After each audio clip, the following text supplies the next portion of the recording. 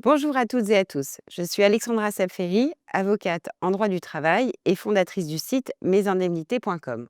Aujourd'hui, on vous explique en 5 minutes la dégressivité de l'allocation chômage, c'est-à-dire la baisse de l'indemnisation. Et depuis le 1er avril 2025, les règles ont changé. Avec Arnaud, expert à l'UNEDIC, on va tout décortiquer.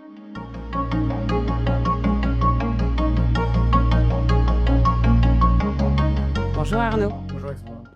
Alors pour commencer, est-ce que tu peux me dire qui est concerné par la dégressivité de l'allocation chômage? La dégressivité ne s'applique pas à tout le monde. Elle concerne uniquement les demandeurs d'emploi de moins de 55 ans à la date de fin de leur contrat de travail et qui perçoivent une allocation journalière supérieure à 92,57 €. Moins de 55 ans? Je croyais que c'était à partir de 57 ans qu'il y avait plus de dégressivité. Effectivement, jusqu'en mars 2025, c'était 57 ans. Mais depuis le 1er avril, le seuil a été abaissé à 55 ans pour mieux tenir compte des plus grandes difficultés de retour à l'emploi des personnes à partir de cet âge. OK, et une allocation journalière de 92,57 €, ça fait, quel montant de salaire? Ça correspond à un salaire moyen supérieur à 4 940 € brut mensuel. Mais attention, ce n'est pas ton dernier salaire qui compte, c'est ton salaire moyen pendant toute la période de référence. Et justement, c'est quoi la période de référence? C'est la période sur laquelle France Travail regarde tes salaires antérieurs pour calculer ton allocation. Elle peut couvrir les 24 derniers mois avant la fin de ton contrat de travail, ou 36 mois si tu as plus de 55 ans. Je te donne deux exemples. Vincent a 54 ans. Il a gagné 5 000 € bruts chaque mois pendant les 2 ans précédant sa fin de contrat de travail. Il est concerné.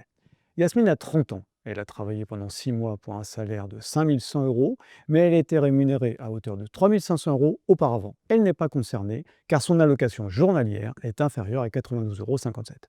Et ce seuil de 92,57 € évolue chaque année au 1er juillet en fonction de la revalorisation de l'allocation chômage décidée par les partenaires sociaux.